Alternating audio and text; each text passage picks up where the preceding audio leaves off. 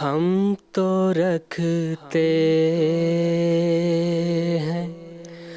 مسلمانوں کا دین، دل سے ہے خدا میں ختم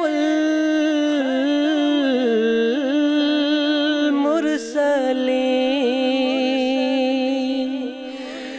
دل سے ہے خدا میں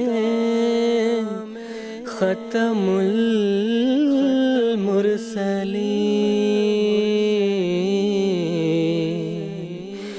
ختم المرسلین۔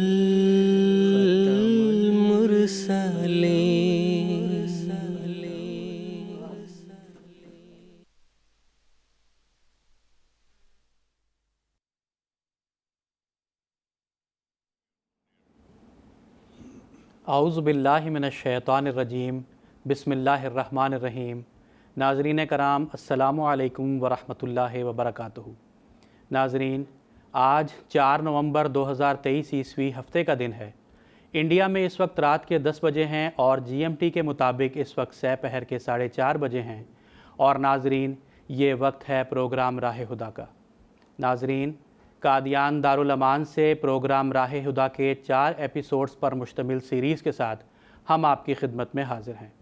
ہمارے ریگولر ویورز یہ بات جانتے ہیں کہ پروگرام راہ ہدیٰ ایک لائیو ڈسکشن پروگرام ہے، اور لائیو ہونے کے ساتھ ساتھ یہ پروگرام انٹریکٹیو بھی ہے۔ ناظرین، یہ پروگرام انٹریکٹیو اس حوالے سے ہے کہ ہمارے ناظرین ہمارے ساتھ ہمارے اس پروگرام میں جڑ سکتے ہیں، ہمارے ساتھ شامل گفتگو ہو سکتے ہیں، اور اپنے سوالات ہمارے اس پروگرام میں پیش کر سکتے ہیں۔ ہمارے ناظرین ہم سے ٹیلی فونز لائنز کے ذریعہ رابطہ کر سکتے ہیں، اسی طرح ٹیکسٹ میسیجز، فیکس میسیجز اور ای میل کی سہولت بھی دستیاب ہے۔ ناظرین، آپ ہم سے اپنے سوالات پوچھ کر اپنے سوالات کے جوابات حاصل کر سکتے ہیں۔ ہم اسٹوڈیو ڈسکشن کے ساتھ ساتھ آپ کے سوالات کے جوابات دیتے ہیں۔ جو سوالات آپ یہاں اسٹوڈیو میں پیش کرتے ہیں، ان سوالات کو ہم اپنے اسٹوڈیو میں موجود جو پینل میں علماء کرام ہیں ان کو پیش کرتے ہیں، اور ہمارے علماء کرام اسی پروگرام کے ذریعہ ہمارے ناظرین کے سوالات کے جوابات دیتے ہیں۔ تو ناظرین، اگر آپ ہم سے اپنے سوالات کے جوابات حاصل کرنا چاہتے ہیں اور ہمارے اس پروگرام میں ہمارے ساتھ شامل گفتگو ہونا چاہتے ہیں، تو میں آپ کو یہ بتا دوں کہ ہماری ٹیلی فونز لائنز اب سے ایکٹیویٹڈ ہیں، اور میں یہ امید بھی کرتا ہوں کہ ہمارے ناظرین اپنی ٹیلی ویژن سکرینز پر ہم سے رابطے کی تمام تفاصیل ملاحظہ فرما رہے ہوں گے۔ ناظرین، جیسا کہ خاکسار نے ابھی عرض کیا کہ قادیان دارالامان سے پروگرام راہ ہدیٰ کے 4 ایپیسوڈز پر مشتمل جو سیریز نشر کی جاتی ہے، آج اس سیریز کا آغاز ہو رہا ہے، اور آج کا یہ ایپیسوڈ اس سیریز کا پہلا ایپیسوڈ ہے۔ ناظرین، اس مکمل سیریز میں ہم سیدنا حضرت اقدس مسیح موعود علیہ السلام کے عظیم الشان مضمون اسلامی اصول کی فلسفی کے موضوع پر بات چیت کریں گے۔ یہ مضمون بعد میں کتابی شکل میں بھی شائع کیا گیا۔ اللہ تعالیٰ نے اس مضمون کے ذریعہ سیدنا حضرت اقدس مسیح موعود علیہ السلام کی سچائی کا ایک بیان نشان ظاہر فرمایا۔ سیدنا حضرت اقدس مسیح موعود علیہ السلام جس وقت یہ مضمون قلم بند فرما رہے تھے، اللہ تعالیٰ کی خاص تائید و نصرت آپ کے شامل حال رہی۔ جلسہ اعظم مذاہب میں پیش کیے جانے والے دیگر تمام مضامین پر اس مضمون کے بالا رہنے اور اس مضمون کے عظمت کا اللہ تعالیٰ نے آپ علیہ السلام کو پہلے ہی پیش گوئی کے ذریعہ وعدہ کر دیا تھا۔ ناظرین، اس مکمل سیریز میں ہم اسی مضمون میں بیان شدہ مختلف امور کے حوالے سے بات چیت کریں گے۔ عصر حاضر میں اس دنیا میں جو انسانی زندگی کے مدعا اور اس کو حاصل کرنے کے طریق، اسی طرح انسانی فطرت کے حقیقت اور اسلام میں الہام کے جو فلسفہ ہے، ان تمام موضوعات پر بات چیت کی جائے گی۔ اسی طرح اس تمام سیریز میں، ان ایپیسوڈز میں اس بات پر بھی بات چیت کی جائے گی کہ اس کتاب کے مطالعہ کے نتیجہ میں ایک انسان کس طرح اخلاقی اور روحانی ترقی کر سکتا ہے، اور کس طرح وہ اپنے ذہن کو منور کر سکتا ہے، اور اس کے نتیجہ میں کس طرح اللہ تعالیٰ کا قرب حاصل کر سکتا ہے۔ ناظرین، ان تمام موضوعات پر بات چیت کرنے کے لیے آج کی اس ایپیسوڈ میں ہمارے ساتھ جو علماء کرام کا پینل موجود ہے، میں ان کا تعارف کروا دیتا ہوں۔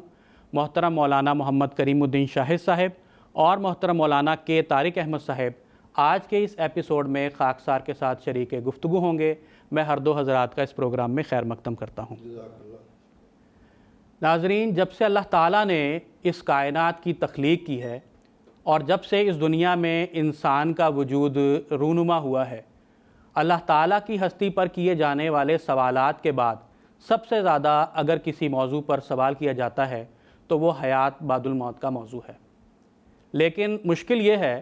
کہ اس موضوع پر کوئی ہمارے پاس عینی شاہد موجود نہیں ہے۔ اس کی وجہ یہ ہے کہ جو شخص اس دنیا سے دوسرے عالم میں چلا جاتا ہے وہ پھر وہاں سے واپس نہیں آتا۔ جو مذہب حیات بعد الموت کے موضوع پر خاموش ہے وہ ایک بے جان جسم کی حیثیت رکھتا ہے۔ ناظرین، اس موضوع پر بات کرنے کے لیے یا اس عالم کے بارے میں ہمیں حالات کی تہ تک پہنچانے کے لیے کوئی شخص بھی نہیں ہے، لیکن صرف وہی شخص ہے جس کو اللہ تعالیٰ الہام کی روشنی سے منور کرے اور اس کے ذریعہ ہدایت دے۔ ناظرین، سیدنا حضرت اقدس مسیح موعود علیہ السلام کو اللہ تعالیٰ نے اس نور سے منور کیا، اور آپ علیہ السلام نے اپنے اس مضمون میں قرآن مجید اور احادیث نبویہ صلی اللہ علیہ وسلم کی روشنی میں اس مضمون پر بہت ہی خوبصورت نقشہ کھینچا ہے۔ ناظرین، اس مختصر سی تمہید کے بعد خاکسار اس موضوع کو آگے بڑھاتے ہوئے آج کے ایپیسوڈ کا پہلا سوال محترم مولانا محمد کریم الدین شاہد صاحب سے یہ کرنا چاہتا ہے کہ سیدنا حضرت اقدس مسیح موعود علیہ السلام کتاب اسلامی اصول کی فلسفی میں عالم معاد میں ترقیات غیر متناہی ہوں گی فرماتے ہیں، تو اس کی وضاحت فرمانے کی درخواست ہے۔ جزاک اللہ۔ اعوذ باللہ من الشیطان الرجیم، بسم اللہ الرحمن الرحیم۔ ناظرین و سامعین کرام، اس موضوع کو سمجھنے کے لیے سب سے پہلے ہمیں یہ دیکھنا ہے، جیسا کہ ابھی بیان ہوا، کہ آخرت میں جو انعامات لوگوں کو ملنے والے ہیں وہ کس طرح کے ہوں گے، کیسے ہوں گے، کسی نے آ کے ہمیں بتایا نہیں ہے۔ ہاں، البتہ یہ ہے کہ قرآن مجید نے اس پر کچھ روشنی ڈالی ہوئی ہے، اور اسی طرح احادیث سے بھی ہمیں یہ معلوم ہوتا ہے۔ چنانچہ حضرت صلی اللہ علیہ وسلم نے یہ فرمایا ہے کہ لا عین رات ولا اذن سمعت ولا خطر علی قلب بشر، کہ جنت کی نعمتیں ایسی ہیں کہ کسی آنکھ نے دیکھا نہیں ہے، کسی کان نے سنا نہیں ہے، اور کسی کے دل میں یہ خیال تک نہیں گزرا کہ وہ کیسی ہوں گی۔ لیکن اس کا ایک نقشہ کئی جگہ پر قرآن مجید میں بارہا اس کا ذکر آیا ہوا ہے۔ سب سے پہلے ہمیں نعمائے جنت کے تعلق سے کہ وہ غیر متناہی ہے، اس بات کو دیکھنا ضروری ہے کہ جنت کی جو نعمتیں ہیں، جیسے اس دنیا کے باغ ہیں، نہریں ہیں، وہ اس طرح ایک تمثیل ہمیں سمجھانے کے لیے بیان کی گئی ہے، ورنہ در حقیقت وہ یہ چیز نہیں ہے جیسے کہ ہماری دنیا میں ہے۔ تو اللہ تعالیٰ نے قرآن مجید میں اس پہ روشنی ڈالتے ہوئے فرمایا، یہ سورۃ بقرہ کی 26ویں آیت ہے کہ وَبَشِّرِ الَّذِينَ آمَنُوا وَعَمِلُوا الصَّالِحَاتِ أَنَّ لَهُمْ جَنَّاتٍ تَجْرِي مِن تَحْتِهَا الْأَنْهَارُ كُلَّمَا رُزِقُوا مِنْهَا مِن ثَمَرَةٍ رِزْقًا قَالُوا هَذَا الَّذِي رُزِقْنَا مِن قَبْلُ وَأُتُوا بِهِ مُتَشَابِهًا۔ ترجمہ اس آیت کا یہ ہے کہ ایمان اور عمل صالح بجا لانے والے لوگوں کو یہ بشارت دے دو کہ ان کے لیے ایسے باغات ہیں جن کے ماتحت نہریں چلتی ہیں، اور جب بھی ان کو کوئی پھل بطور رزق دیا جاتا ہے تو وہ کہیں گے کہ یہ تو وہی ہے جو ہم پہلے چکھ چکے ہیں، اس کو باقی وہی مزہ ہے جو دنیا میں ہمیں آتا تھا، اور اتو بہی متشابہہ، اور اسی کے معنی ان کو وہاں پر دیا جائے گا۔ تو گویا کہ یہ اللہ تعالیٰ نے بیان کر دیا کہ جنت کی جو نعمتیں ہیں وہ اس دنیا میں انسان جو عمل کرتا ہے، ایمان اور عمل صالح یہ بنیادی چیزیں ہیں۔ ایمان بغیر عمل صالح کے کوئی حقیقت نہیں رکھتا، اور اعمال صالحہ بغیر ایمان کے کوئی حقیقت نہیں رکھتے۔ تو گویا یہ دونوں ایک دوسرے کے ساتھ لازم اور ملزوم ہے۔ تو چنانچہ اللہ تعالیٰ نے فرمایا آمنوا وعملوا الصالحات، جہاں کہیں قرآن مجید میں ذکر آتا ہے ایمان کا، اس کے ساتھ اعمال صالحہ کا ذکر آتا ہے۔ تو گویا کہ جن لوگوں نے اس دنیا میں اچھے اعمال کیے ہوں گے، ایمان کے ساتھ انہوں نے اللہ تعالیٰ پر ایمان رکھتے ہوئے، اس کی ہستی کی قدر جانتے ہوئے نیک اعمال کیے ہوں گے، اس کی عبادت بجائے لائے ہوں گے، اور اسی طرح سے لوگوں سے حسن سلوک کیا ہوگا، اس واسطے کہ اللہ تعالیٰ کی جو مخلوق ہے اس کے ساتھ رحم کا سلوک کرنا، ان کے ساتھ عزت کا سلوک کرنا، ان کے ساتھ ہمدردی کا سلوک کرنا، یہ اللہ تعالیٰ کی بھی خاصیت ہے، اور اللہ تعالیٰ چاہتا ہے کہ یہی خاصیت بندوں کے اندر بھی پیدا ہو جائے۔ چنانچہ اللہ تعالیٰ نے اس بات پر روشنی ڈالی ہے کہ یہ اعمال صالحہ جو انسان یہاں بجا لاتا ہے، آخرت میں یہی اعمال صالحہ مختلف قسم کی نعمتوں میں متمثل ہوں گے۔ یعنی ظاہری طور پر جیسے کہ ہم یہاں دیکھتے ہیں ایک باغ لگا ہوا ہے، درخت اگے ہوئے ہیں، ان کے نیچے نہریں بہہ رہی ہیں، تو یہ دو ہے کہ یہ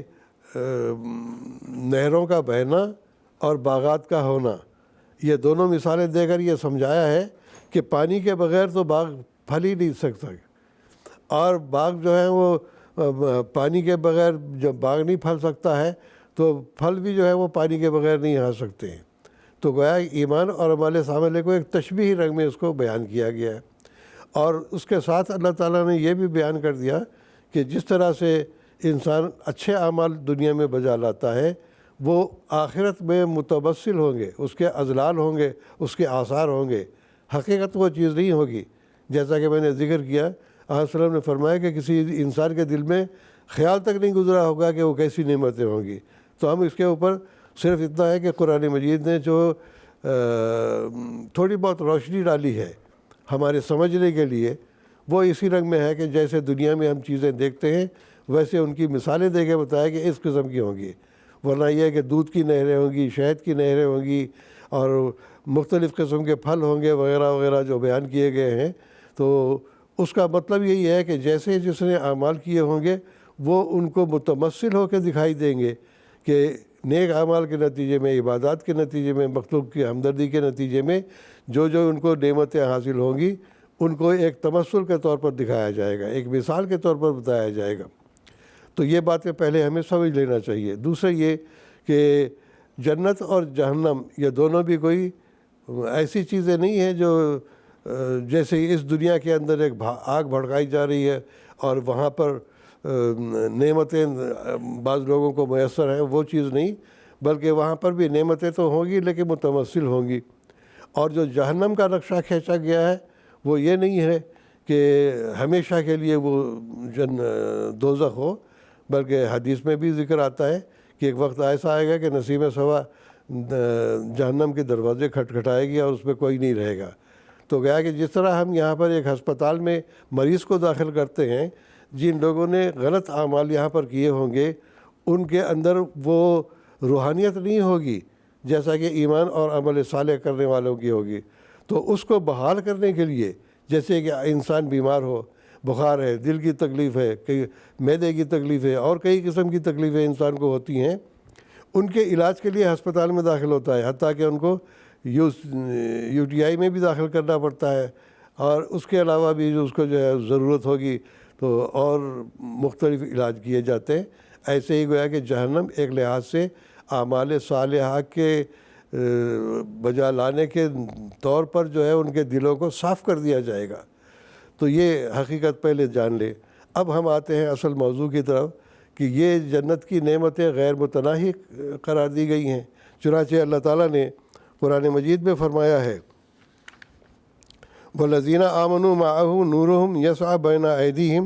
وَبِأَيْمَانِهِمْ يَقُولُونَ رَبَّنَا أَتْمِمْ لَنَا نُورَنَا وَاغْفِرْ لَنَا إِنَّكَ عَلَىٰ كُلِّ شَيْءٍ قدیر۔ یہ سورہ تحریم کی 9ویں آیت ہے۔ ترجمہ اس کا یہ ہے کہ جو لوگ دنیا میں ایمان کا نور رکھتے ہیں ان کا نور ان کے آگے بھی چلے گا، ان کے دائیں بھی چلے گا، اور اسی طرح وہ رب کہتے چلے جائیں گے، اے اللہ ہمارے نور کو تو کمال تک پہنچا دے، واغفر لنا، اور ہمیں ڈھانپ دے، انک علی کل شیء قدیر، تو ہر چیز پر قادر ہے۔ یہاں پر دو باتیں خاص طور پر دیکھنے والی ہیں کہ ان کا نور آگے بھی چل رہا ہے، دائیں بھی چل رہا ہے، تو اس کا مطلب یہ ہے کہ جس جزا کے وہ مستحق ہیں، جس رنگ میں انہوں نے عبادات کی ہوں گی، جس رنگ میں نیک اعمال کیے ہوں گے، اس کے مطابق ان کا نور آگے اب پیچھے چل رہا ہوگا۔ اور اس کے لیے پھر یہ ہے کہ غیر متناہی ہونے کا مطلب یہ ہے کہ جب وہ دیکھیں گے کہ ایک نور جو ان کو حاصل ہوا ہے اس سے کہیں زیادہ آگے نظر آ رہی ہے روشنی ہمیں، وہ کہیں گے ربنا اتمم لنا نورنا، یا اللہ یہ تو ہم تو ناقص میں ہیں ابھی، ہمارا نور اور مکمل کر دے۔ جب اس درجے میں چلے جائیں گے ان کو نظر آئے گا کہ ہم جس درجے میں گئے ہیں تو اس سے آگے پھر اور نور نظر آئے گا ان کو۔ وہ کہیں گے یا اللہ ہم جس نور کو کمال تک پہنچنا سمجھ رہے تھے وہ تو ابھی ادھورا ہے، ابھی آگے تیرا نور اور باقی ہے، ہمیں وہ نور عطا کر۔ تو یہ لامتناہی سلسلہ ایسے چلتا چلا جائے گا کہ ایک کے بعد دوسرے، جیسے کہ دنیاوی طور پر ہم کہہ سکتے ہیں، مثال کے طور پر ایک آدمی روزگار کی تلاش کرتا ہے، پہلے جاتا ہے اس کو اور کہیں نوکری نہیں ملتی، چپڑاسی کی نوکری مل جاتی ہے۔ چپڑاسی کی نوکری مل جائے، وہ بابو کے ساتھ بیٹھا ہوا کلر کو دیکھ کے کہتا ہے کہ کاش میں بھی جو ہے کلر کے جیسا ہوتا، اس کو وہ بنا دیا۔ اب کئی کہانیوں میں ایسا ذکر آتا ہے، لوگ جو ہے خواہش کرتے ہیں، خدا کہتا ہے جا ٹھیک ہے ہو جا تو ایسا ہی، تو بالکل ایسا ہی ہوگا۔ پھر وہ اس سے بڑا ہو گیا، وہ کہے گا یہ مینیجر بن جاؤں میں، پھر مینیجر بن جائے گا، مینیجر سے اوپر اور جو ہوگا، یہاں تک کہ وزیر اعظم تک کا جو ہوتا ہے وہاں تک جانا چاہتا ہے۔ تو یہ مثال ہم دے رہے ہیں۔ تو اس طرح کے ایک نور سے دوسرا نور، دوسرے سے تیسرا نور، یہ بڑھتا چلا جائے گا اور یہ سلسلہ کم نہیں ہوگا۔ چنانچہ یہ آگے میں جو اللہ تعالیٰ نے فرمایا کہ وغفر لنا، اور تو ہمیں بخش دے، تو اس کا یہ مطلب نہیں کہ گناہ تو پہلے بخشے گئے ہیں، جنت میں جب جائے گا آدمی تو گناہ کہاں کرے گا، گناہ تو ہوں گے نہیں وہاں پر۔ تو اس کا مطلب یہ ہے، حضرت مسیح موعود علیہ السلام نے اچھی روشنی ڈالی ہے کہ غفر عربی زبان میں کہتے ہیں ڈھانپنے کو، ڈھانپ دے ہمیں۔ تو گیا کہ انسان جو دنیا میں استغفار کرتا ہے اس کا مطلب یہ ہوتا ہے کہ ہم سے جو غلطیاں ہوئی ہیں، ہم سے جو گناہ ہوئے ہیں، یا ہم سے بعض ایسے کام ہو گئے جو تیری ناپسندیدگی کا باعث ہیں، ان کے اوپر پردہ ڈال دے، ان کو ڈھانپ دے۔ تو ہم بھی یہی دعا کرتے ہیں کہ اے اللہ ہمارے گناہوں کو تو بخش دے، مطلب یہ۔ تو یہاں پر بھی یہی ہوگا کہ اے اللہ جس درجے میں تو نے ہمیں رکھا ہے،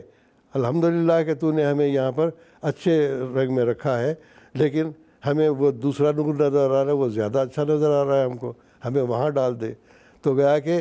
پہلا جو نور دیا تھا وہ کہتے ہیں غفر لنا، اس کو ڈھانپ دے تو، اگلا نور ہمیں عطا کر۔ تو بعض لوگوں نے یہ غلطی سمجھی ہے کہ حضرت صلی اللہ علیہ وسلم نے جو استغفار کیا ہے یا استغفار کرنے کی تلقین کی ہے، اس کا مقصد بھی یہی ہے کہ نعوذ باللہ من ذالک، حضرت صلی اللہ علیہ وسلم یہ نہیں کہ گناہ میں ملوث تھے تو وہ استغفار کرتے تھے، بلکہ آپ کو ہر لمحہ آگے بڑھنے کی خواہش تھی کہ اے اللہ جہاں تک میں ٹھہرا ہوں وہاں ٹھہر نہ جاؤں، بلکہ یہ نور جو تو مجھے عطا کر رہا ہے، یہ نور آگے بڑھتا چلا جائے، پہلا ڈھانپ دے اگلا دے دے۔ تو جنت کے لوگوں کے اندر بھی یہی بات ہوگی، وہ کہیں گے کہ اے خدا جو تو نے نور دیا ہے، الحمدللہ تیرا فضل و احسان ہے کہ تو نے ہمیں یہاں پر نعمتوں سے نوازا، اب ہمیں تیرا جو نور نظر آ رہا ہے وہ اگلا نور زیادہ اچھا ہے، وہ ہمیں عطا کر، پہلا جو نور ہے وہ ذرا کمتر نظر آ رہا ہے، ہمیں اس کو ڈھانپ دے، تو گیا کہ اس کو ڈھانپ اگلا نور عطا کر۔ تو یہ سارا مقصد ہے۔ تو یہ، اور سب سے بڑی بات یہ ہے کہ وہاں پر چونکہ دوسری دنیا میں جب انسان جاتا ہے، جب نجات پا جاتا ہے، تو جیسے کہ ہندو دھرم میں کہتے ہیں مکتی حاصل ہو جاتی ہے، تو جب اس کو مکتی مل جاتی ہے تو یہ نہیں کہ وہ ایک جگہ ٹھہرا رہے گا، بلکہ اس کے قدم آگے بڑھتے چلے جائیں گے اور اللہ تعالیٰ کی نعمت اس کو آگے بڑھتی چلی جائے گی۔ اور یہی مقصد ہے لامتناہی ترقیات کا، اور یہ سلسلہ رکے گا نہیں، اس واسطے کہ جنت کی نعمتیں اور انسان کو جو جزا ملی ہے وہ غیر متناہی ہے، اور موت بھی نہیں ہے اس کو۔ یہ نہیں کہ جیسے انسان دنیا میں آتا ہے مر جاتا ہے، بلکہ وہ ابدی زندگی ہوگی اور ترقیات بھی ابدی ہوں گی اس کی انشاءاللہ تعالی۔ اللہ کرے کہ ہم ایسے اعمال بجا لانے والے ہوں جو ایمان کے ساتھ اچھے عمل کرنے والے ہوں، جس کے نتیجے میں ہمیں وہ نعمتیں حاصل ہوں، جس کے نتیجے میں اللہ کا نور آگے بھی نظر آئے، دائیں بھی نظر آئے، گویا کہ نور ہی نور ہو۔ تو گویا کہ انسان جب دنیا میں ایک نور حاصل کر سکتا ہے تو اس سے بڑھ کر دنیا میں آخرت کی زندگی میں وہ نور حاصل کرے گا۔ تو یہی مقصد ہے لامتناہی ترقیات کا، کہ انسان کو ایک جگہ رکنا نہیں ہے بلکہ وہ آگے بڑھتا چلا جاتا ہے۔ دنیا میں بھی یہی دیکھتے ہیں کہ انسان چاہتا ہے کہ ایک جگہ رکا ہے، وہ رکا نہیں رہنا چاہتا، ہر جگہ دیکھتا ہے کہ جیسے کہ حدیث میں آتا ہے کہ حضرت صلی اللہ علیہ وسلم نے فرمایا کہ اگر انسان کو ایک پہاڑ سونے کا مل جائے، وہ خواہش کرے گا کہ مجھے ایک پہاڑ اور مل جائے، پھر 2 مل جائیں گے تو گیا کہ اور مل جائے۔ تو گیا کہ ایک حرص حاصل کرنے کی بڑھتی جاتی ہے انسان کی۔ تو دنیا کا یہ حال ہے، تو دنیا آخرت میں جو نعمتیں ہوں گی دنیا سے کہیں زیادہ بہت زیادہ اعلیٰ قسم کی ہوں گی اور بہت زیادہ روحانی ہوں گی، اور ان روحانیت میں بھی جو ترقیات ہیں وہ لامتناہی ہوں گی، ایک کے بعد دوسری، دوسرے کے بعد تیسری، تیسری کے بعد یہ نہیں ہوگا کہ بس اب بس کرو، بلکہ اللہ کہے گا چل لے لے، چل لے لے۔ تو یہ اللہ تعالیٰ کا احسان ہے اور اس کا فضل ہے کہ اس نے ہمیں ایسا مذہب عطا کیا جس نے ہمیں غیر متناہی نعمتوں کی ترغیب عطا کی ہے۔ الحمدللہ۔ جزاکم اللہ تعالیٰ احسن الجزا۔ ناظرین، اس وقت ہمارے ساتھ ہمارے پروگرام میں ایک ٹیلی فون کالر جڑے ہیں بنگلہ دیش سے۔ مکرم عارف الزمان صاحب اس وقت ہمارے ساتھ لائن پر موجود ہیں، ہم ان کا سوال سن لیتے ہیں۔ عارف الزمان صاحب، السلام علیکم ورحمۃ اللہ۔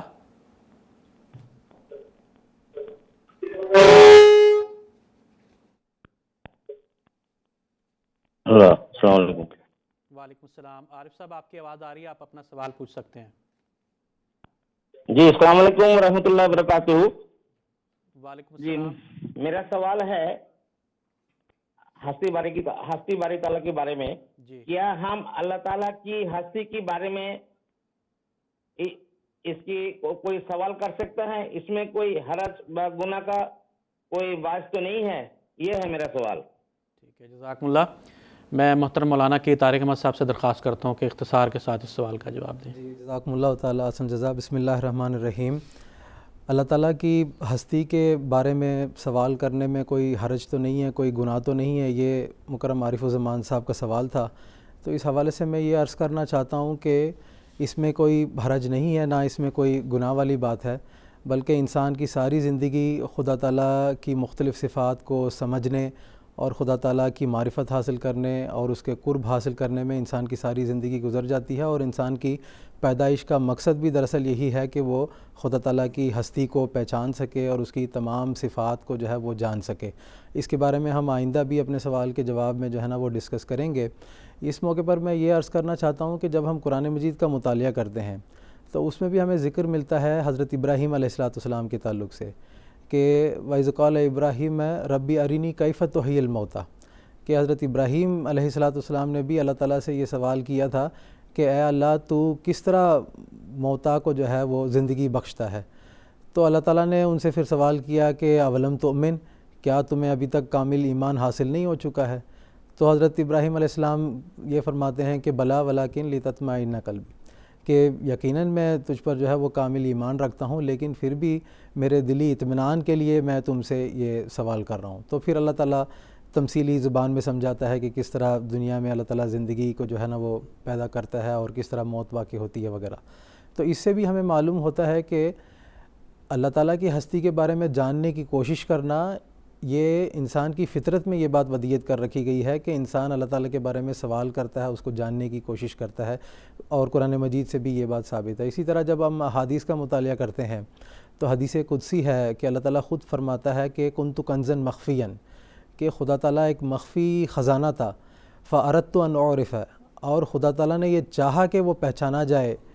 فخلقت آدم، ہے چنانچہ اس نے انسان کو، حضرت آدم کو جو ہے وہ پیدا کیا۔ تو اس سے بھی ہمیں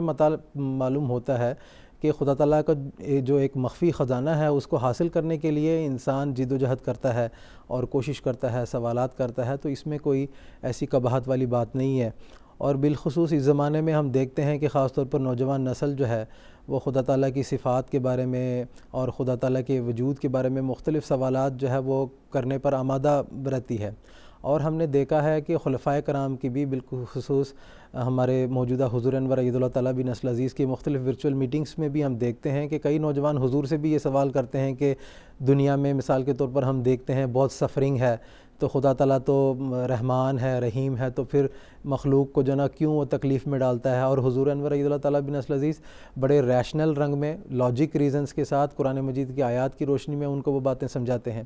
اسی طرح حضرت خلیفۃ المسیح رابع رحمہ اللہ تعالیٰ کی کتاب کو جب ہم دیکھتے ہیں revelation, rationality, knowledge and truth, تو اس میں تو ساری یہی باتیں بیان کی گئی ہیں کہ اللہ تعالیٰ کے وجود کے ثبوت کے حق میں مختلف جو جدید دور میں جو سوالات اٹھتے ہیں نوجوانوں کے ذہنوں میں، ان کے جوابات جو ہیں وہ حضرت خلیفۃ المسیح رابع رحمہ اللہ تعالیٰ نے اس کتاب میں جو ہیں وہ ہمیں دی ہیں۔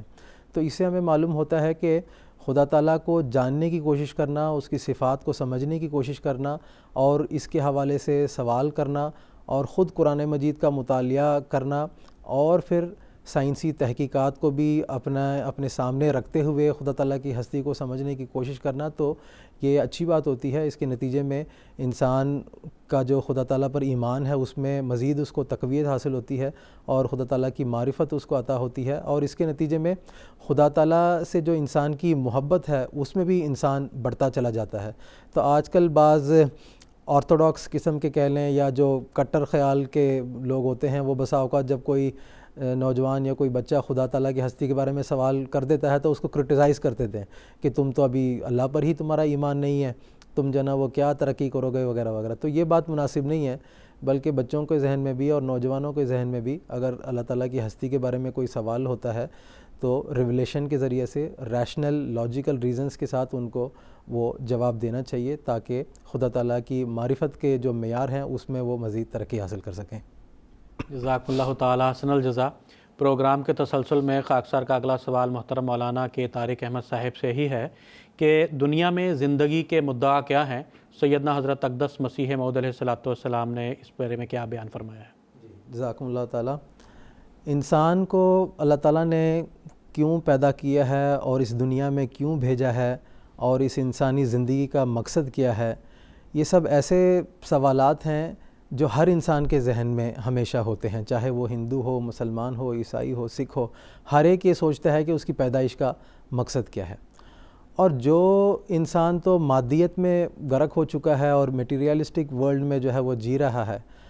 وہ اس مقصد کو سمجھنے کی کوشش کرتا ہے اپنی دنیاوی آرزوؤں اور اپنی دنیاوی مقاصد اور دنیاوی خواہشات کے مطابق۔ چنانچہ جب کسی بزنس مین وغیرہ سے ہم پوچھتے ہیں کہ بھئی آپ کی زندگی کا کیا مقصد ہے، تو وہ اکثر وہ یہ کہہ دیتے ہیں کہ ہم نے 40 سال تک جو ہے نا وہ کمانا ہے، اس کے بعد جو ہے وہ ہم نے عیش و آرام کی زندگی گزارنا ہے، یہی ہماری جو ہے نا وہ اس زندگی کا مقصد ہے۔ تو یہاں پر انسان کو سب سے پہلے یہ بھی سمجھنے کی ضرورت ہے کہ انسان خود پیدا نہیں ہوا ہے، وہ خود اپنی مرضی سے اس دنیا میں نہیں آیا ہے، نہ انسان اپنی مرضی سے اس دنیا سے رخصت ہو سکتا ہے۔ تو انسان کو یہ حق حاصل نہیں ہے کہ وہ اپنے آنے کا مقصد خود طے کرے۔ جب انسان اپنی مرضی سے آ سکے اور اپنی مرضی سے جا سکے تب تو انسان کہہ سکتا ہے کہ ہاں اس دنیا میں میری زندگی کا کیا مقصد ہے یہ میں خود طے کروں، یہ میرے اختیار میں ہے۔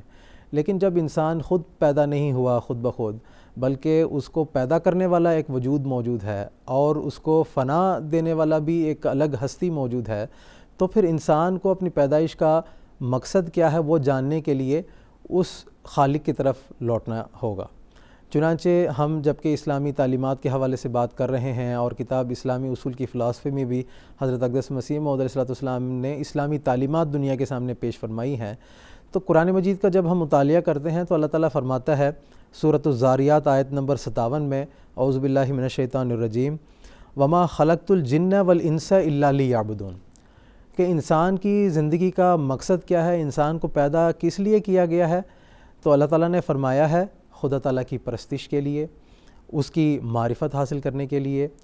اور خدا تعالیٰ کے لیے فنا ہونے کے معیار کو حاصل کرنے کے لیے اللہ تعالیٰ نے انسان کو پیدا کیا ہے۔ تو قرآن مجید کے مطالعے سے تو ہمیں یہی معلوم ہوتا ہے کہ خدا تعالیٰ کے قرب حاصل کرنے کے لیے اور خدا تعالیٰ کی معرفت کے حصول کے لیے اور اس کی جو عبادت کا حق ہے اس کو ادا کرنے کے لیے انسان کی جو ہے وہ پیدائش جو ہے وہ ہوئی ہے۔ چنانچہ اس حوالے سے جب ہم مزید اس پر گہرائی سے جائزہ لیتے ہیں اس مضمون کا، تو ہم دیکھتے ہیں کہ اللہ تعالیٰ نے انسان کو مختلف طاقتیں قوا اور استعدادیں اور صلاحیتیں، عقل اور فراست، ذہن اور کئی چیزیں دیگر مخلوق کے بالمقابل اللہ تعالیٰ نے احسن التقویم جو ہے نا اللہ تعالیٰ نے انسان کو بنایا ہے کہ وہ بہترین مخلوق کے طور پر اللہ تعالیٰ نے انسان کو پیدا کیا ہے۔ تو اس اعتبار سے جب ہم جائزہ لیتے ہیں تو انسان، ہم دیکھتے ہیں کہ دنیا میں بڑے بڑے تجارت کرنے والے بھی ہیں، بادشاہ بھی ہیں، اعلیٰ عہدے پر فائز لوگ بھی ہیں، دولت مند بھی ہیں، فلاسفرز بھی ہیں، لیکن ہم دیکھتے ہیں کہ یہ اپنے شعبہ زندگی میں جتنی مرضی ترقی حاصل کر لیں، ان کو تسلی اور وہ سکون حاصل نہیں ہوتا ہے، وہ خوشحالی ان کو حاصل نہیں ہوتی ہے۔ لیکن جب انسان خدا تعالیٰ کی یاد میں محو ہو جاتا ہے اور خدا تعالیٰ کے لیے اپنی زندگی کو فنا کر لیتا ہے تو وہاں انسان کو ایک سکون اور ایک اطمینان اور اس معیار کو جو ہے وہ انسان حاصل کرتا ہے جب وہ عبادت بجا لانے کا حق ادا کرتا ہے۔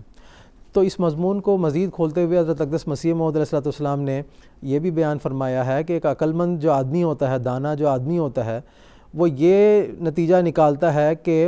جو استعدادیں کسی حیوان کو یا انسان کو حاصل ہیں، ان استعدادوں کو اور ان صلاحیتوں کو بروئے کار لاتے ہوئے سب سے اعلیٰ سے اعلیٰ کام جو کوئی کر سکتا ہے وہی اس کی پیدائش کا مقصد ہے۔ چنانچہ مثال حضور نے بیان فرمائی ہے کہ ایک بیل ہے،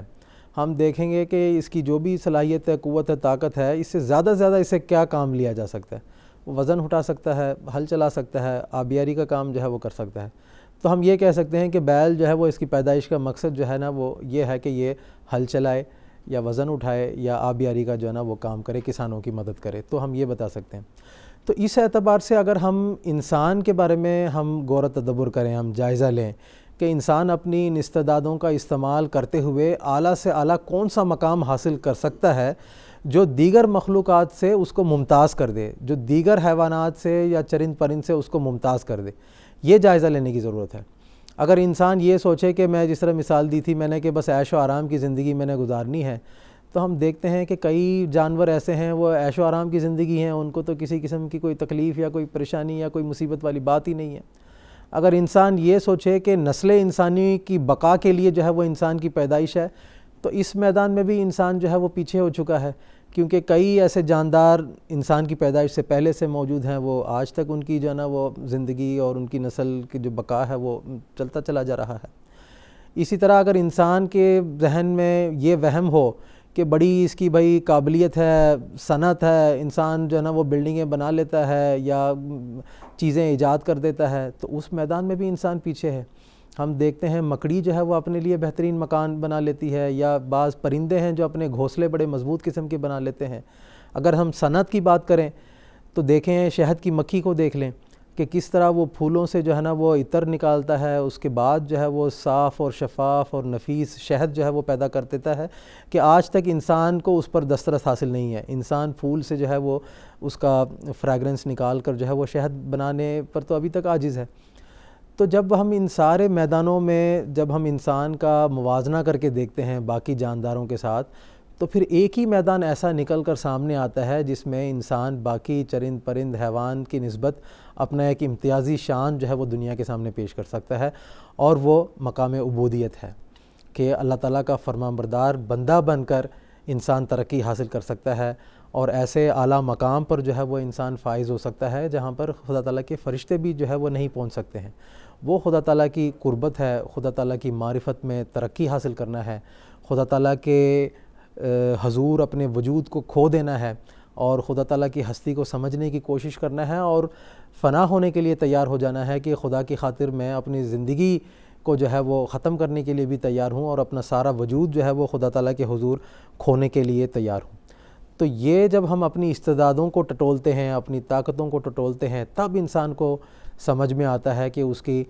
اس دنیا میں پیدائش کا کیا مقصد ہے، اور وہ مقصد وہی ہے جو قرآن مجید نے بڑے واضح الفاظ میں بیان فرمایا ہے سورۃ الذاریات میں کہ لیعبدون، کہ خدا تعالیٰ کی پرستش کرنے، خدا تعالیٰ کی محبت میں ترقی حاصل کرنے، خدا تعالیٰ کی معرفت میں ترقی حاصل کرنے، یہ وہ مقاصد ہیں جن کے لیے، یہ وہ مدعا ہیں جن کے حصول کے لیے انسان کی پیدائش جو ہے وہ ہوئی ہے، اور اس مدعے کے حصول کے لیے ہی انسان اس دنیاوی زندگی میں گزارتا ہے، اور اس کو ان مدعوں کو ہمیشہ اپنے سامنے رکھنا چاہیے، اور ان کے حصول کے لیے انسان کو کوشش کرنی چاہیے، تبھی انسان اپنی پیدائش کے مقصد کو حاصل کر سکتا ہے۔ جزاکم اللہ تعالیٰ حسن الجزا۔ پروگرام کو آگے بڑھاتے ہوئے خاکسار کا اگلا سوال محترم مولانا محمد کریم الدین شاہد صاحب سے یہ ہے کہ سیدنا حضرت اقدس مسیح موعود علیہ السلام نے کتاب اسلامی اصول کی فلسفی میں دنیا میں جو زندگی کا مدعا ہے اس کو حاصل کرنے کے 8 اصول بیان فرمائے ہیں، تو ان 8 اصولوں میں سے جو پہلے ابتدائی 4 اصول ہیں ان کی کچھ تفصیل بیان فرمانے کی درخواست ہے۔ جزاک اللہ۔ بات یہ کہ مسیح موعود علیہ السلام نے جو اسلامی اصول کی فلسفی میں بیان کیے ہیں، مختصر طور پر میں وقت کی رعایت سے تھوڑا آپ کے سامنے عرض کر دوں کہ سب سے بڑا وسیلہ جو ہے انسانی زندگی کے حصول کے لیے یہی ہے کہ خدا تعالیٰ کا جو وجود ہے وہ حقیقی رنگ میں اس کے وجود کی صحیح تصویر اس کے دماغ میں ہو۔ چنانچہ آپ نے فرمایا کہ پہلی شرط یہی ہے کہ خدا تعالیٰ کو صحیح طور پر پہچانا جائے، سچے خدا پر ایمان لایا جائے، اور سچے خدا کو پہچاننے کے لیے یہ نہ ہو کہ کہیں درخت کو پوجا جا رہا ہے، کہیں پتھر کو پوجا جا رہا ہے، کبھی کسی چیز کو، کبھی جانور کو، یا بسا اوقات جو ہے وہ بعض ایسے انسان کے بچے کو خدا کا بیٹا بنا لیا جاتا ہے وغیرہ وغیرہ۔ تو یہ ساری چیزیں ایسی ہیں جو انسانی زندگی کا جو اصل مدعا ہے اس سے دور لے جانے والی چیزیں ہیں۔ چنانچہ اللہ تعالیٰ نے اس کی مثال دیتے ہوئے قرآن مجید میں ایسے فرمایا ہے، لہو دعوت الحق والذین یدعون من دونہ لا یستجیبون لہم بشیء الا کباسط کفیہ الی الماء لیبلغ فاہ وما ہوا ببالغہ وما دعاء الکافرین الا فی ضلال۔ سورۃ رعد کی 15ویں آیت ہے یہ۔ تو اس میں اللہ تعالیٰ نے فرمایا کہ اگر صحیح دعا کرنی ہے تو وہ سچا خدا وہی ہے جو ہر ایک چیز پر قادر ہے اور اس کا نام حق ہے۔ تو حق بات جو کہنے والا ہے، یا حقیقت رکھنے والا ہے، یا حقیقت تک پہنچانے والا ہے، اور خود حقیقی ذات ہے، اس تک پہنچنے کے لیے پکارو اس کو۔ لیکن وہ لوگ والذین یدعون من دونہ، اللہ کے سوا بعض جو لوگوں کو پوجنے والے ہیں، چاہے وہ پتھروں کو پوج رہے ہیں، یا کسی انسان کو پوج رہے ہیں، کسی اور چیز کو پوج رہے ہیں، فرمایا لا یستجیبون لہم بشیء، وہ کسی چیز کا جواب نہیں دے سکتے۔ اب مورتی گھڑ لی، اب ایک جگہ قرآن مجید میں ہی اللہ تعالیٰ نے فرمایا ہے حضرت ابراہیم علیہ السلام کی زبان سے کہ اتعبدون ما تنحتون، کہ تم لوگ جو اپنے ہاتھوں سے بناتے ہو، بت بناتے ہیں یا اور کوئی چیز بناتے ہیں، تعجب ہوتا ہے۔ آپ آج کل آپ ٹی وی کے ایپیسوڈ دیکھیں گے تو اس میں بھی بہت ساری کہانیاں ایسی بنائی ہوئی ہیں، انسانوں کو خدا یا بھگوان بنا کے پوجا جاتا ہے۔ تو اللہ تعالیٰ نے فرمایا کہ اگر ان سے دعا کی جائے گی، وہ خود مردہ ہیں بیچارے، وہ کیا دعا کا جواب دیں گے؟ لا یستجیبون بشیء لہم بشیء، کسی چیز کا بھی جواب نہیں دے سکتے، الا کباسط کفیہ الی الماء۔ مثال بھی دی اللہ تعالیٰ نے کہ بالکل ایسا ہی ہے کہ اگر کوئی آدمی اپنا ہاتھ جو ہے وہ پانی کے لیے بڑھاتا ہے، کہ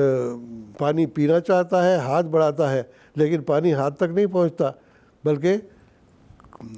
لیبلغ فاہ ہو، کہ وہ پانی منہ تک پہنچ جائے، لیکن وہ ما ہوا ببالغہ، وہ پانی منہ تک نہیں پہنچتا۔ جب تک پانی میں ہاتھ ڈال کے پانی نہ نکالا جائے تب تک ہاتھ میں پانی نہیں آتا۔ تو خالی ہاتھ اٹھا کر کہنے سے کہ جی میں پانی کا تصور کر رہا ہوں، پانی آ جائے گا، وہ غلط بات ہے۔ جیسے کہ بت پوجنے والے یا دوسرے لوگ یہی کہتے ہیں کہ ہم ان کو نہیں پوجتے، بلکہ ان کو ایک مثال کے طور پر رکھا ہوا ہے سامنے کنسنٹریشن کے لیے، اپنی ذہن کو یا اپنی سوچ کو ایک جگہ مرتکز کرنے کے لیے ہم رکھتے ہیں۔ حالانکہ یہ بات درست نہیں ہے، وہ آواز تو ان تک پہنچ کے ختم ہو جاتی ہے۔ ہاں، اللہ کے نزدیک پکارو گے تو وہ سنتا ہے اس کی آواز کو۔ وما دعاء الکافرین الا فی ضلال، اور جو انکار کرنے والے لوگ ہیں ان کی پکار تو بالکل بیکار جانے والی چیز ہے۔ تو گویا کہ سب سے پہلی بات، جو پہلا وسیلہ ہے انسانی زندگی کا مدعا، حقیقی ذات کا صحیح ایمان اور اس کا صحیح تصور ہمارے دماغ میں ہو کہ وہ ہر چیز پر قادر ہے، اور اسی کی اللہ تعالیٰ نے ہمیں تعلیم بھی دی ہے۔ چنانچہ دوسرا وسیلہ بیان کیا کہ کسی کی ذات کی محبت جو ہے اس کے حسن اور جمال کی وجہ سے ہوتی ہے، تو اس کے لیے اللہ تعالیٰ نے بعض صفات بہت ساری بیان کی ہیں۔ قرآن مجید میں تو بھرا پڑا ہے اس میں، لیسا کمثلہ شیء، کسی بھی چیز کی مثال، خوبصورت سے خوبصورت چیز کی مثال دینا چاہو گے تو اللہ کی جیسی مثال کہیں بھی نہیں ملے گی، کوئی مثال نہیں۔ چنانچہ اللہ تعالیٰ نے قرآن مجید میں سورۃ اخلاص میں جو فرمایا ہے،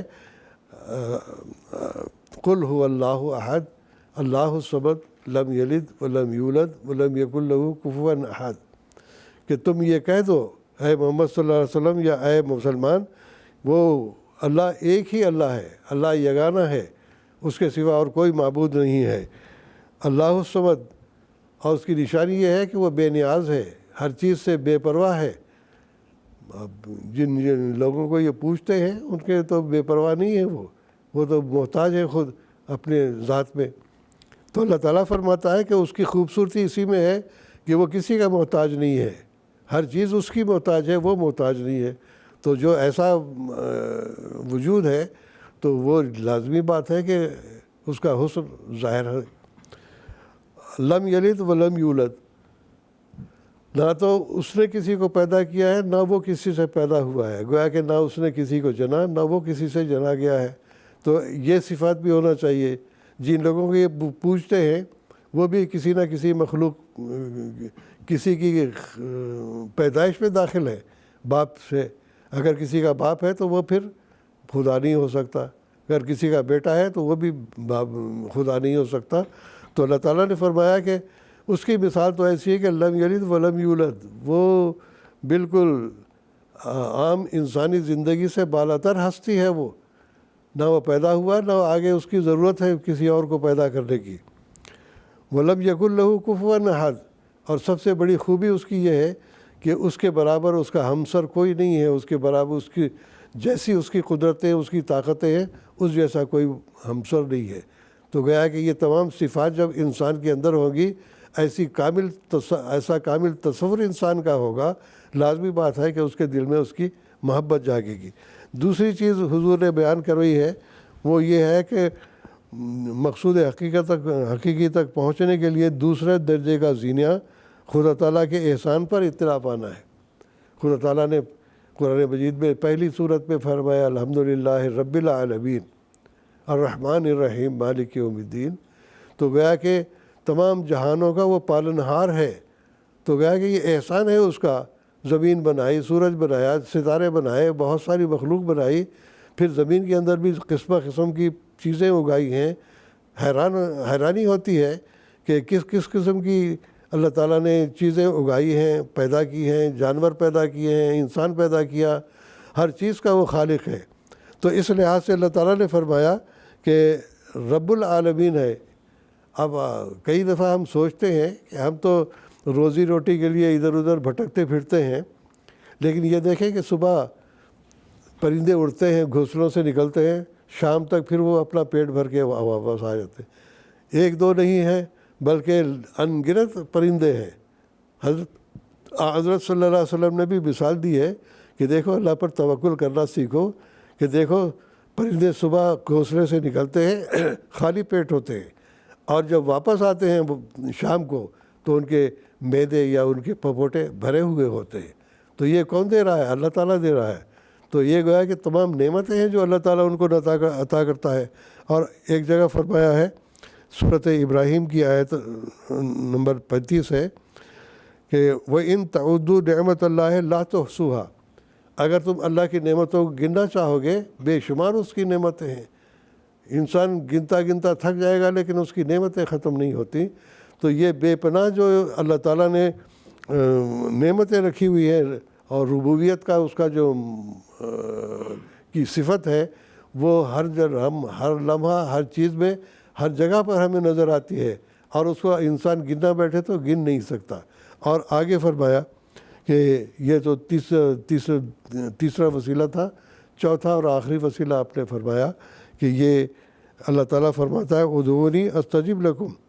کہ تم مجھ سے دعا کرو میں تمہیں قبول کروں گا۔ تو گیا کہ یہ تمام باتیں اللہ تعالیٰ کی ذات کا حقیقی علم ہونا، اللہ تعالیٰ کے حسن و جمال پر اطلاع پانا، پھر تیسرا وسیلہ آپ نے بیان کیا کہ اللہ تعالیٰ کے جو خدا تعالیٰ کی ربوبیت ہے یا اس کا احسان ہے، خدا تعالیٰ کے احسان پر اطلاع پانا، اس کے ساتھ یہ بھی ضروری ہے کہ جب تک اس سے مانگو گے نہیں تمہیں ملے گا نہیں۔ چنانچہ اللہ تعالیٰ نے فرمایا کہ مجھ سے دعا کرو میں تو اس کی دعا قبول کروں گا۔ چنانچہ اللہ تعالیٰ نے فرمایا تم دعا کرو میں قبول کروں گا، بار بار دعا کے لیے رغبت دلائی ہے، اور ان میں ایسی طاقت نہیں ہے بلکہ خدا کی طاقت ہے کہ یہ تمام دعائیں کو قبول بھی کرتا ہے۔ تو گیا کہ یہ 4 ابتدائی وسیلے بیان کیے ہیں، باقی انشاءاللہ آگے بیان ہوں گے۔ تو اس میں ہمیں کوشش یہ کرنی چاہیے کہ اللہ تعالیٰ کی حقیقی ذات پر ہماری نظر ہو، دوسرے کہ اس کے حسن جمال پر نظر ہو، تیسرے یہ کہ اس کے احسان پر نظر ہو، اور چوتھے یہ کہ ہم ان تمام صفات کو مد نظر رکھتے ہوئے اللہ کے سامنے گڑ گڑائے، اے اللہ ہم تو کمزور ہیں، نادان ہیں اور گناہ گار ہیں، تو ہمیں بخش دے، اور اس کے ساتھ ہمیں جو ضروریات ہیں وہ ہمیں عطا کر۔ تو اللہ تعالیٰ جو ہے ان کی دعاؤں کو قبول بھی کرتا ہے۔ ادعونی استجب لکم، تم دعا کرو میں اس کو قبول کروں گا۔ لیکن کوئی دعا آج تک کسی بت نے قبول نہیں کی، نہ اس نے جواب دیا، لیکن اللہ تعالیٰ جواب دیتا ہے، اور 1-2 نہیں بلکہ سینکڑوں نہیں بلکہ ہزاروں مثالیں ہیں۔ 1,24,000 انبیاء ہی گزر چکے ہیں۔ حضرت نبی اکرم صلی اللہ علیہ وسلم کے جو ماننے والے لوگ ہیں ان میں بھی بہت سارے ایسے کامل لوگ گزرے ہوئے ہیں کہ جن سے اللہ تعالیٰ نے رابطہ کیا، اور جیسا کہ قرآن مجید میں اللہ تعالیٰ نے اس بات کا ذکر فرمایا ہے کہ اللہ تعالیٰ ہر ایک کی دعا کو بھی سنتا بھی ہے، اور اس کے علاوہ جو اللہ تعالیٰ کا الہام اور کلام ہے اس کے ذریعے سے ان کو اطلاع دیتا ہے، اپنی خوشنودی کا بھی اظہار کرتا ہے، اور مختلف قسم کے غیب کی خبریں ان کو دکھاتا ہے کہ غیب کی خبریں اللہ تعالیٰ کے سوا اور کوئی دے نہیں سکتا۔ تو بے شمار بہت سارے کامل بزرگ ایسے گزرے ہیں جنہوں نے اللہ سے رابطہ کیا، انہوں نے دعائیں کی، دعائیں قبول ہوئیں، اور ان کے اندر بھی ایک پاکیزہ تبدیلی بھی پیدا ہوئی، اور لوگوں کے اندر انہوں نے وہ پاکیزہ تبدیلی پیدا بھی کی ہے۔ یہ اور بات ہے کہ آج ان بزرگوں کو ایک خدائی دعویٰ یا یہ کہتے ہیں کہ خدائی کے طور پر کہ پوجنا شروع کر دیا، قبروں پہ جاتے ہیں لوگ، سجدے کرتے ہیں، دعائیں مانگتے ہیں۔ بھئی مردے کو کیسے دعا سنتا ہے؟ زندہ اگر کوئی ہے تو وہ خدا تعالیٰ کی ذات ہے، وہی سنتا ہے۔ تو آج کل جو ہمارے مسلمان بھی بہت سارے فرقے ایسے ہیں جو قبروں کو پوجنے والے ہیں، حالانکہ حضرت صلی اللہ علیہ وسلم نے اپنے آخری عمر میں بھی مرتے دم سے پہلے بھی آپ نے یہ فرمایا اللہ تعالیٰ یہود اور نصارہ پر لعنت کرے کہ اتخذوا قبور انبیائہم مساجدہ، کہ ان لوگوں نے انبیاء کی قبروں کو مسجد سجدہ گاہیں بنا لیا ہے۔ تو کیا کہ آپ کی آخری جو نصیحت تھی وہ یہی تھی کہ میری قبر کو کہیں تم لوگ سجدہ گاہ نہ بنا لینا، اور اسی واسطے آپ کو جس کمرے میں دفن کیا گیا اس کی دیوار گرائی نہیں گئی تاکہ لوگ وہاں پر سجدہ نہ کریں۔ آج بھی وہ کمرہ محفوظ ہے اسی طرح سے۔ تو اللہ تعالیٰ نے فرمایا ادعونی استجب لکم، آج بھی ہمارے اس زمانے میں بھی دعاؤں کا اثر ہمیں معلوم ہوتا ہے۔ حضرت بانی جماعت احمدیہ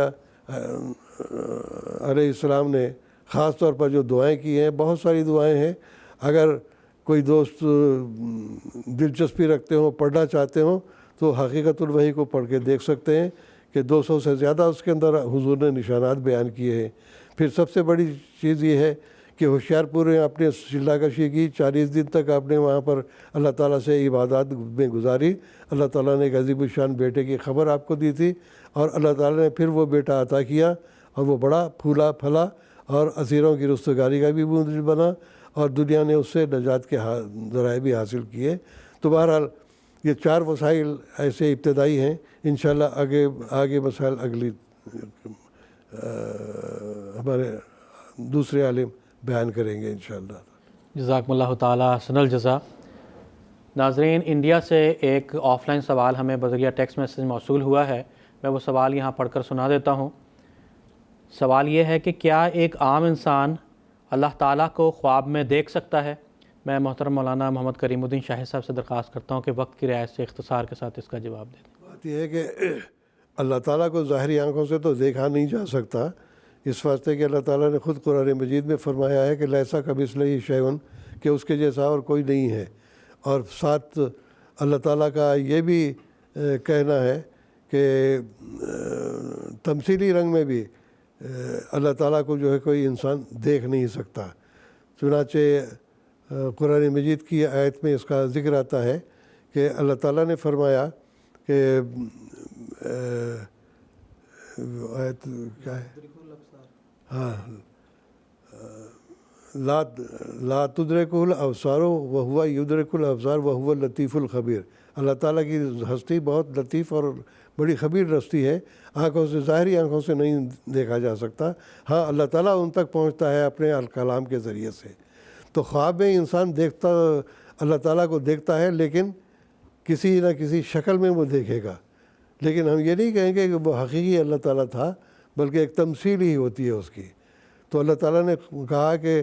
وہ ظاہری آنکھوں سے انسان نہیں دیکھ سکتا. لا تدرک الابصار، آنکھیں اس تک نہیں پہنچتی. وہو یدرک الابصار، وہ آنکھوں تک پہنچتا ہے. تو گویا کہ پہنچتا بھی ہے تو تمثیلی رنگ میں پہنچتا ہے. ہاں، بعض حدیث سے یہ معلوم ہوتا ہے کہ آخرت میں جب انسان روحانی وجود اس کا ہو جائے گا تو وہ اس وقت اللہ تعالیٰ کا نظارہ کر سکتا ہے. تو خواب میں انسان کا اللہ تعالیٰ کا نظارہ کرے گا تو اللہ تعالیٰ بھی کسی نہ کسی شکل میں نظر آئے گا، لیکن وہ حقیقی نہیں ہوگی بلکہ وہ ایک مجازی صورت ہوگی. جزاکم اللہ تعالیٰ احسن الجزا. پروگرام کے تسلسل میں خاکسار کا اگلا سوال محترم مولانا کے طارق احمد صاحب سے یہ ہے کہ سیدنا حضرت اقدس مسیح موعود علیہ الصلوۃ والسلام نے کتاب اسلامی اصول کی فلسفی میں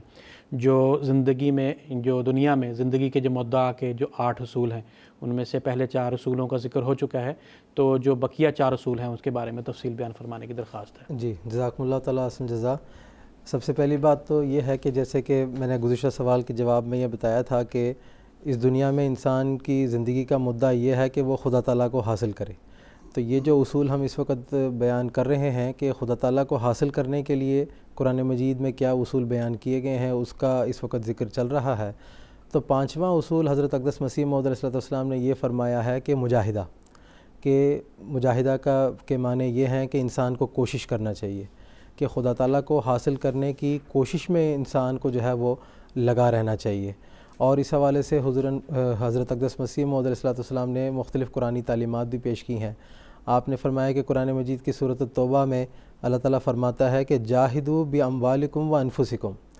کہ اپنی مالی قربانی کے ذریعے سے اور اپنی جانی قربانی کے ذریعے سے خدا تعالیٰ کو حاصل کرنے کے لیے کوشش کرنا چاہیے انسان کو، کہ غریبوں کی مدد کرے، مال جو ہے وہ خدا تعالیٰ کے راستے میں قربان کرے، اپنا وقت جو ہے وہ صرف کرے، جس کے نتیجے میں انسان جو ہے وہ باقی لوگوں کو خدا تعالیٰ کی طرف بلائے. تو یہ وہ سب ایسے ذرائع ہیں جن کے نتیجے میں